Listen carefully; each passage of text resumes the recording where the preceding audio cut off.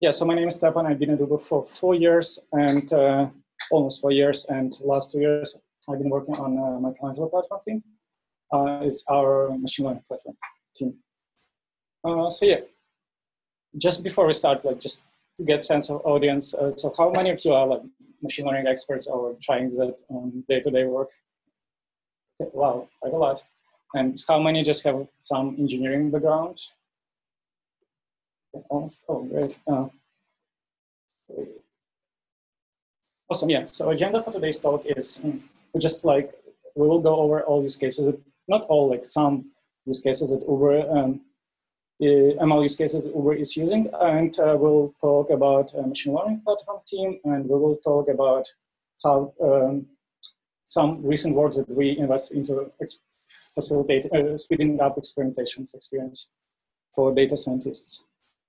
Yeah, so not every problem can be solved with machine learning, right? Or it doesn't make sense to solve with machine learning. For example, you want sort array of integers with a model. Probably can, but it's not the efficient one. So just 3 years ago, Uber didn't have that many use cases of machine learning models in production at all. But that has been changing last 3 to 4 years.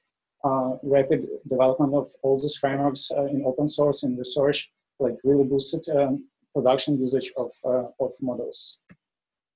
Yeah, one case will be marketplace forecasting, right? So we have machine learning models that can predict demand and driver partner availability in different locations in the city in different times of future. And so this system can tell other system to make some actions for kind of matching demand and supply, maybe through search prices that all of you probably love. And or driver insensitive, so more driver partners can go to that area. Another use case is Razakart. It's Uber Eats. It's really heavy using machine learning models everywhere, from restaurant ranking just for you to menu items ranking to super complicated problem of estimating of delivery time. This one of the Michelangelo core use cases was ETAs. So Maps team developed advanced algorithms to calculate what will be estimated time of arrival, but they found there is systematic errors of that algorithms, and they were able to use machine learning models to predict that error and kind of subtract and give the resulting value to final user. And in some cases, they were able to predict to improve accuracy by 50%. So it's another very recent use case with advances of deep learning and NLP is using machine learning in customer support. So we have millions of trips every day in Uber, and some of them can end up with some problems like you might forget phone, you might forget your wallet, I don't know, something goes wrong. So you fill out the ticket, and we have a huge number of support specialists trying to resolve them as soon as possible, but with machine learning, you can help them to speed it up.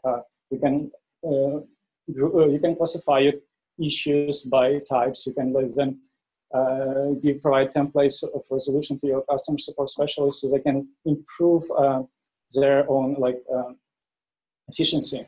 And just in general, it will improve response time for each ticket. Yeah, and it's very super complicated models. I believe we have a blog post about that from NLP team. So check it out.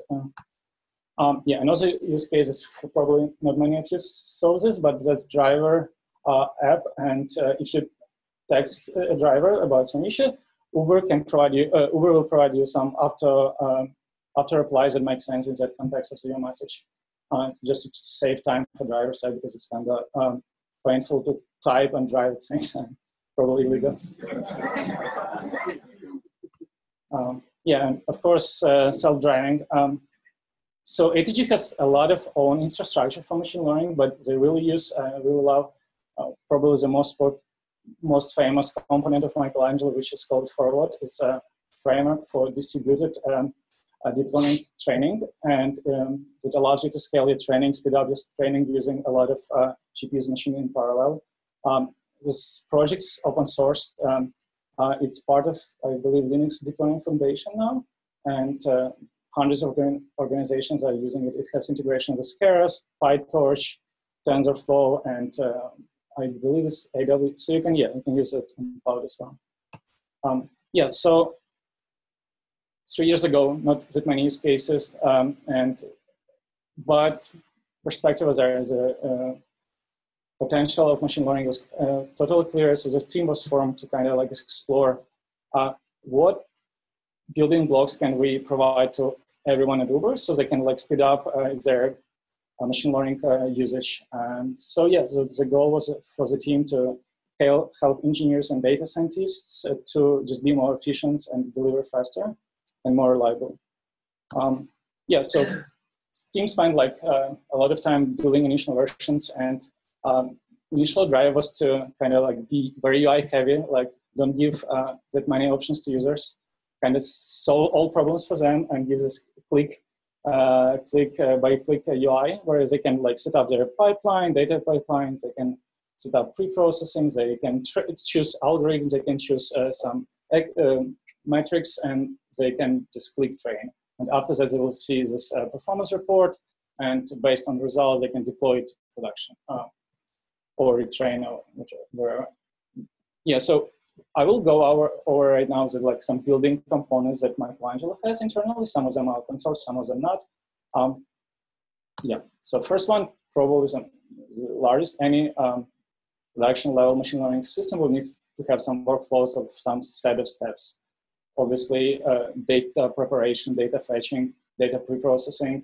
So Michelangelo provides some really nice tools for that. So it's kind of like abstracts for you complexity of these steps. Same for training. For training, it can be distributed training for non-DL, like classical machine learning models, also for deep learning models. So also Michelangelo has components for both, as well as just single node training. Then you have like different ways to relate model. We provide like UI, we provide metrics, we provide all visualizations that you need. And after that, we have deployments also figured out for you. So you can deploy your model as a service that's compatible with the rest of the infrastructure, or you can use it as scheduled backend jobs, just run predictions every day or every week. And yeah, once you have deployed, we also give you like simplicity on the consumption side. We provide you like clear interface, APIs, and stuff like that to consume from other services. Yeah, and very important is monitoring model predictions, because models tend to degrade with time because they're training on old data, and if something changed, you probably want to see if model degrades. So we provide it monitoring to our customers.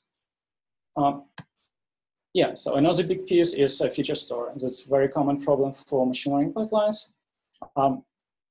It's a very hard problem to find right features because you might have a lot of them. And even just to prepare like this pipeline to make it feature available for online serving or for batch predictions takes time. So yeah, we created a centralized storage for good features. And also it's kind of open source internally, so that people can commit their features and reuse someone else. So that was widely efficient for us. Another, as I said, yeah, we use Spark and Scala and Java to kind of distribute classical machine learning algorithms like decision trees, GDBoost, and things like that. So anyone who will need to build machine learning training pipeline will need kind of this functionality. Yeah, as I mentioned Horovod before, it really has great metrics on performance. It scales not linearly, but close to that. Yeah, so check it out. It's you can just start using it even today. Yeah, another piece of machine learning platform would be metadata management. In order to get a good model, you need to do a lot of interactions, right? You need to run different, maybe curate your data sets, feature sets. You need to create hyperparameters. You need to maybe change some tweaks in your algorithms. And while doing that, you might accumulate hundreds of models, right? And it's very important to keep track of them, don't lose your work, and also keep track of metadata of associated with each training. So we also take care of that. Yeah, that's what I said. Yeah, and also one big area that we invest a lot is visualizations work. So if you have raw data, it's really hard to analyze what's happening. So we invested a lot in different tools to help to figure out what features are useful, what features are not really important, but just to help to understand how model works and operates inside. That's, I guess, an example for some trees. Yeah, so visualization, something that will be needed for everyone. Yeah, and deployment, of course. So every model in Michelangelo can be converted to jar file. So we can dynamically upload this file to this hosting host and dynamically load, so it can be available for serving with just a few clicks from UI. Yeah, and we provide a prediction service that is doing right that. We define a clear interface, so each model has a clear interface how to communicate with it through production services, and we build monitoring, alerting, logging, and all stuff that needed for any production-ready service. What else here?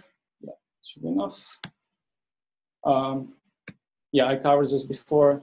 Beyond just classic, basic service monitoring like SLAs, like latency, and what QPS right now, you want to see for model-specific data metrics like does model degrade or not. And that's how Michelangelo is structured. Basically, we don't build models for people. We trying to help other teams to build either solutions just for them or build platforms that solves like big chunks of problems like ETAs, right? It's used for both eats and for rider business. Yeah, and marketplace can be used for freight as well, for eats and for rider. And we're trying to closely work with different research groups like Uber AI team, so they can guide us like what's the new stuff we need to add. So it's very just to make sure we're doing the right thing. Okay, so yeah, Michelangelo was built like in the last 3 years and it has become very popular among engineers and data scientists. But there is always but. It restricts you, right? If something is not available in Michelangelo, it will like new algorithms, new framework, new version of the framework. It will take some time for engineers to add that. Some things like NLP pre-processing stuff might be even like super hard to add because we need Java, remember, Java or Scala, so it might be super hard to quickly add that. So, but with recent development in AI and NLP and deep learning, it's become data scientists that comes to Uber and works at Uber, they just use notebook, just take some data, and with Keras, with all of that, they have really good model, train it really quick, and there is no way for them, easy way to like get their work to try in production, because it's super important to try first before invest time into implementation, right? It might take weeks or months to add something. You want to know that will this model work in the future or not? Does it worth to invest? So that was kind of problem. Also, model development velocity becomes super important for data scientists, right? With Java and Scala, speed is not as fast as they would love. And we've figured out that by far the most popular language they use is Python. So yeah, so kind of not easy to bring Python to Java. So that's become a problem. That's we started solving in last year, and we come up with a project called PyML that helps to process cache for users. And so the idea is, the ambition was like, okay, you have your model trained locally, results are promising. What can we do to quickly enable you to try it in production? Maybe send some shadow traffic to your model, or send maybe just 5%. Maybe it's not as efficient as it could be with Java or Scala, but even with Python, you still can get decent results. Yeah, so we started working on this project, and we were able to finish it, and I will go over the next couple of minutes. I'll go over how it works and what we achieved. Yeah, so that's what basically said. It's a bridge between two islands. Hopefully it won't collapse. Yeah, so on one side, PyML allows you to bring any model from anywhere. It can rely on any dependencies that you love. but at the cost of efficiency, right? Michelangelo on the other side, it takes care of end-to-end workflows for you in few clicks, but it has a limited set of algorithms that you can use and set of data transformations that you can use. And one good thing, if you, through this PyML that your model is worth investing, you can always allocate engineering time and efforts to bring it to Java world and use all efficiency of classical Michelangelo. Okay, so PyML consists of 3 big parts. First of all, we worked on model packaging stuff, right? How we can define interfaces and just practices on how you package your stuff, right, locally, and in such a way that it can be reused later in production systems. And once you've done that, we open 2 ways to consume your model. One is for online batch prediction, so you can run, you can relate your model on large data sets on our compute cluster instead of your local computer, and also for online serving, so you can deploy your model as a service with Michelangelo. Yeah, so usage. We really wanted to make this tool as simple as possible, so data scientists don't need to kind of like do heavy training on this. So the goal was like make it as simple as possible. So hopefully we choose it. So to install, you just, once you have a training model, you can just install PyML. It won't work, don't try. It's internal package. I didn't change slides. Anyway, step 2, we will ask you to provide like very simple model Py glue code, which tells us how to load your serialized model and shows us how to run actual predictions. In step 3, you will need to define your environment. And that was the biggest selling point of PyML was like, okay, you can pick any packages you want. You can pick even Debian packages.txt, you can provide even Debian packages if you need some specific libraries. And if it's not even not enough, you can set up in setup.sh, you can add any custom steps. Maybe you want to download source code, you want to compile that. So all of that is possible. And we will use that to prepare kind of isolated environment for you. And after that, you can deploy and upload, batch predict, and deploy as an online service. So glue code looks like that. You just init predict. PyML provides 2 basic models. One is called data frame, another one is called tensor model. So data frame expects you to, so you see predict has, I don't know, it can be anything, but we enforce pandas data frames as input and pandas data frame as output. And same for tensor model, we enforce numpy array as input and numpy array as output. Why we did that? We talk with data scientists that don't really want to write proto files or street files or even JSON like definitions. And we decided, okay, we will take care of that for you. And so we do all of that. We still need serialization in order to do like cross RPC calls. So we kind of hidden that from data scientists. That's how environment setup looks like. You can use Spice, you can provide pandas, different versions if you like.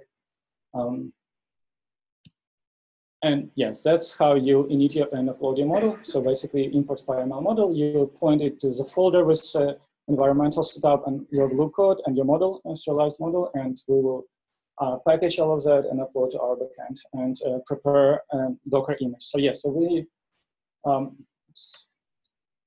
so how we package that.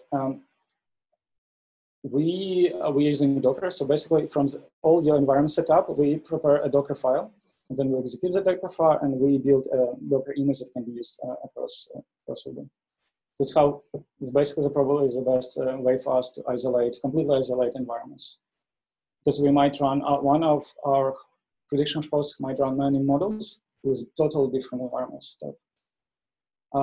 And batch predict. So as you saw from before, we have a lot of clean data, and we invest a lot of data quality, and just data platform is really good. And so people can just write a query with all their features and provide model IDs that they received from before, and to destination table, and we will spin up a PySpark job, distributed PySpark job on our compute cluster. So you can just evaluate and run evaluation on the model. It can help it's like can speed up process 10x comparing to what you can do on your local. And sometimes it's just impossible to fit everything in local. Like trips data, we have billions of trips. So it's hard. Yeah, and that was the goal of the project, kind of make it super easy to deploy your model. And that's API, yeah, it's hopefully simple enough.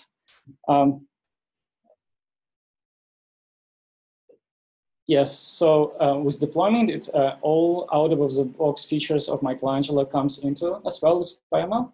You have UI to manage, you have all integrations with metric systems, with monitoring systems, and all nice perks that Michelangelo provides. Yeah, I just need to check time. Okay.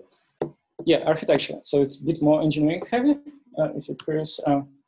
Yeah, so from before we had jar models and jar-based models, and we moved to Docker-based models. So we need to update a lot of existing infrastructure to work. It's a big change. So yeah, so we did that. It gave, again, a huge benefit because previously, even to change version of TensorFlow was a big pain. And now it's, you don't need to ask engineers, and you don't even see engineers to do that. And yeah, and we reuse exact same Docker for both offline and online. So it's really important for machine learning production systems because it's kind of guarantees consistency between predictions. It's not always the case. It's not always easy to achieve. Yeah, so offline predictions, we generate a PySpark job for you behind the scenes. We allocate enough resources on our compute cluster to run as a job. And yeah, it's just simple. For online predictions, architecture is a bit different. So we used to have only kind of left part, online prediction service, which was loading jar models. And now, instead of loading jar models in memory, we're asking it to launch a nested Docker container with your model. And PyML infrastructure provides a gRPC service inside of the Docker and spin up server. And they communicate, they hosted on the same machine, and they communicate between each other using Unix domain sockets. So there is some penalty for that, but it really depends on the amount of data to being transferred, and which is not huge for online model predictions. So we're basically the biggest achievement of PyML was saving a lot of time for data scientists. So instead of waiting for engineers for weeks or months to finish their job, they can do everything like in terms of hours and have everything ready for their teams for consumption in terms of hours. But with kind of the superpower comes a lot of other types of problems. One of them is reproducibility. For example, genius data scientists come up with a great model and was able to productionalize it, and then he left, I don't know, maybe change team or a company, and it's become a black magic box now.